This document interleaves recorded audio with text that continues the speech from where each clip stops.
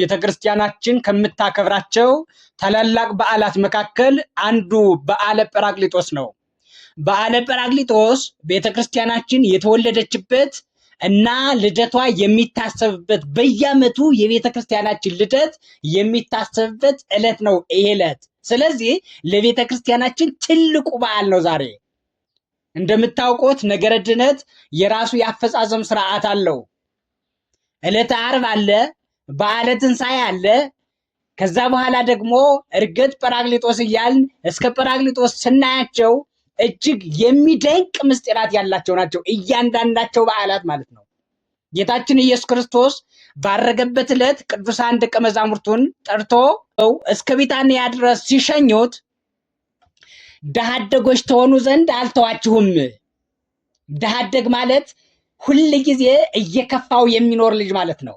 እናትና አባት የሌለው፣ አሳዳጊ የሌለው፣ ደስተኛ ያልሆነ፣ ልብስና ቀለብ አጥቶ የተቸገረ ልጅ ማለት ነው ድሃ አደግ ማለት።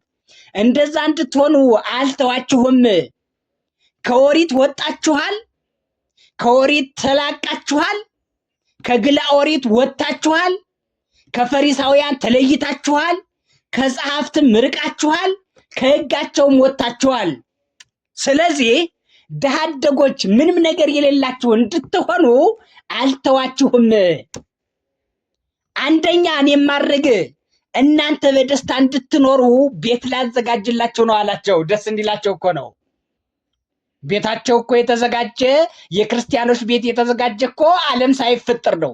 ነገር ግን ለሐዋርያት ተስፋ ለመስጠት ኢየሱስ ክርስቶስ ቤትን ላዘጋጅላቸው አድርጋለሁ፣ ከዛ በኋላ መጥቼ ወስዳቸዋለሁ ካላቸው በኋላ ነገር ግን ድሃ አደጎች እንድትሆኑ አልተዋችሁም።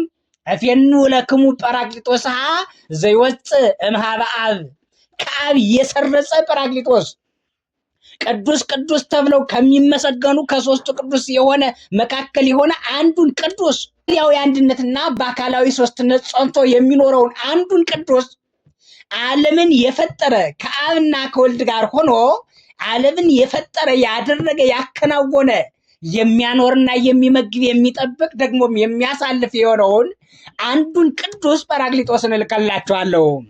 እሱም ወደ እናንተ መጥቶ ዓለምን ስለ ኃጢአቱ ይዘልፈዋል፣ ይወቅሰዋል፣ ከእብደቱም ይመልሰዋል። በእናንተ ላይ አድሮ እስከ ዓለም ፍጻሜ ድረስ ድውያንን ይፈውሳል፣ ሙታንን ያዘሳል። ጰራቅሊጦስን እልክላችኋለሁ አላቸው። ጰራቅሊጦስ ማለት መንፈስ ቅዱስ ማለት ነው። መንፈስ ቅዱስ ማለት አካላዊ ሕይወት፣ ባህርያዊ ሕይወት፣ መንፈሳዊ ሕይወት ማለት ነው። መንፈሰ ጽድቅ ይለዋል። አካላዊ ባህርያዊ ሕይወት፣ አካላዊ ሕይወት የሆነ መንፈስ ቅዱስን እልክላችኋለሁ አላቸው። ከዚህ በኋላ ወደ ኢየሩሳሌም ሂዱና ከኢየሩሳሌም ሳትወጡ ጠብቁኝ አላቸው። በጸሎት ጠብቁኝ አላቸው። በትጋት ጠብቁኝ አላቸው። እንዳትዝሉ እንዳትደክሙ ጠብቁኝ አላቸው።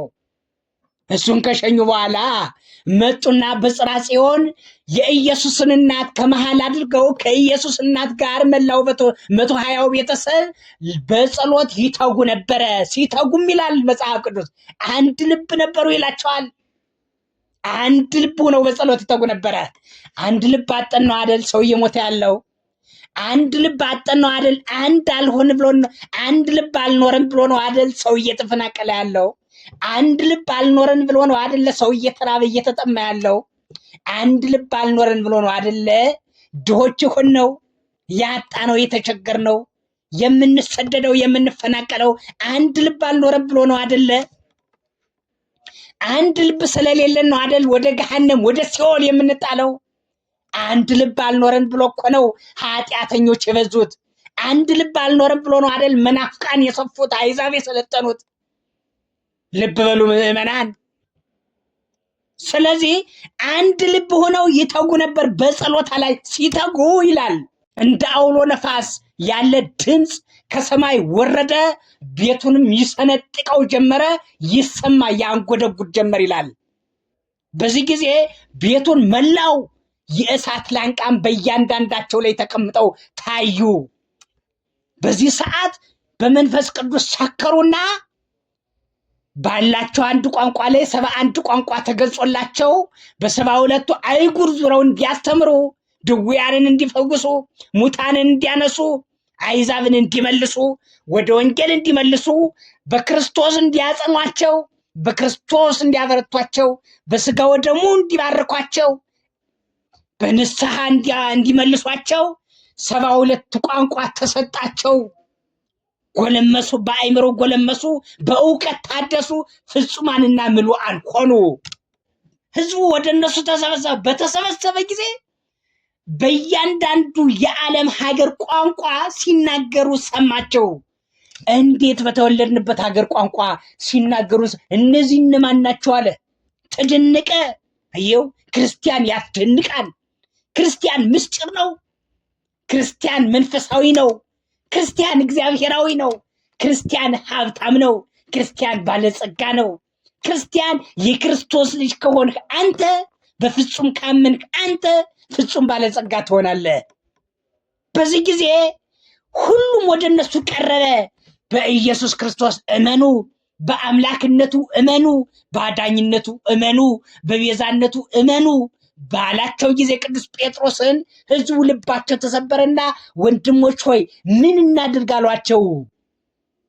ምን እናድርግ? ይኸው በአንድ ጊዜ የዓለምን ህዝብ ቅዱስ ጴጥሮስ ስፒከር ሳይኖረው ሰበረው። የደረቀውን ልብ ሰበረው፣ እንዳለት የጸናውን ልብ ሰበረው። በአንድ ቃል ብቻ ደቀቀው ቅዱስ ጴጥሮስ። የአሁኑ ሰባኪ እኮ መንፈስ ቅዱስ የራቀው ሆዳም ስለሆነ ነው። ለብር ነው የሚሰብከው፣ ለጥቅም ነው የሚሰብከው፣ ለክብር ነው የሚሰብከው፣ ለታዋቂነት ነው የሚሰብከው። በልዩ ልዩ ፐርፐስ ስለሚሰብክ ስብከቱ ዳጀስ አይሰራም፣ አልሰራ ለስብከቱ። ለዚህ ነው መናፍቃን የበዙት እንጂ እንደ ወንጌልማ ቢሆን አንድም መናፍቅ አይኖርም ነበር፣ አንድም አይዛብ አይኖርም ነበረ። እንደ እውነቱማ ቢሆን አንድም አማጺ አይኖርም ነበረ፣ አንድም አላዊ አይኖርም ነበረ። ነገር ግን በእውነት ስለማንሰብክ፣ በእውነት ስለማናስተምር፣ ስለ እውነት ስለማንመሰክር ድምፃችን እየሰራ አይደለም። የጴጥሮስ ድምፅ ሰራ። ስፒከር በሌለበት ሀገር በእያንዳንዱ ጆሮ ውስጥ ገብቶ በልባቸው ውስጥ አቃጨለና ሰበረው ልባቸውን። ምን እናድርግ አሉት።